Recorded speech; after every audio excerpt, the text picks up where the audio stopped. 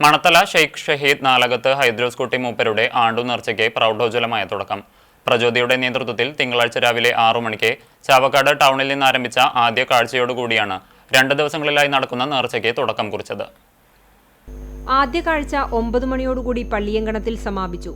ഗജവീരൻ കോളക്കാട് ശിവപ്രസാദ്, തമ്പോലം, ബാൻഡ്സെറ്റ്, അറബന, ദഫ് എന്നിവയുടെ അകമ്പടിയോടെയാണ് ആദ്യ കാഴ്ച എത്തിയത്. 25 വർഷമായി മണത്തല ചന്ദനക്കുട നേർച്ചയ്ക്ക് കാഴ്ച കൊണ്ടുവരാറുണ്ടെങ്കിലും ആദ്യമായാണ് പ്രചോദി ഭാരവാഹികളായ റാഷിദ്, ഷാഫി, റിഷാദ്, സിയ, നജീബ് തുടങ്ങിയവരുടെ നേതൃത്വത്തിൽ ആദ്യ കാഴ്ചയെത്തുന്നത്.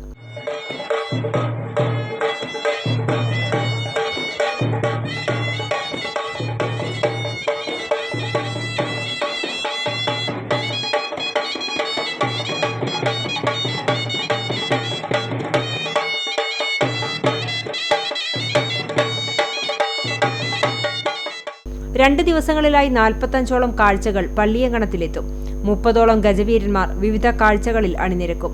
നേർച്ചകളിലെ പ്രധാന കാഴ്ചകളിലൊന്നായ താബൂത്ത് കാഴ്ച ചൊവ്വാഴ്ച കാലത്ത് 8 മണിക്ക് തെക്കഞ്ചേരിയിൽ നിന്നും പുറപ്പെട്ട് 11 മണിക്ക് ജാറത്തിലെത്തും.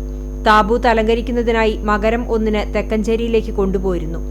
താബൂത്ത് കാഴ്ചയ്ക്ക് ശേഷം ദേശത്തിന്റെ വിവിധ ഭാഗങ്ങളിൽ നിന്നും കൊടികയറ്റ കാഴ്ച 11:30-ന് ജാറ മകണത്തിലെത്തി കൊടികയറ്റം നിർവഹിക്കും.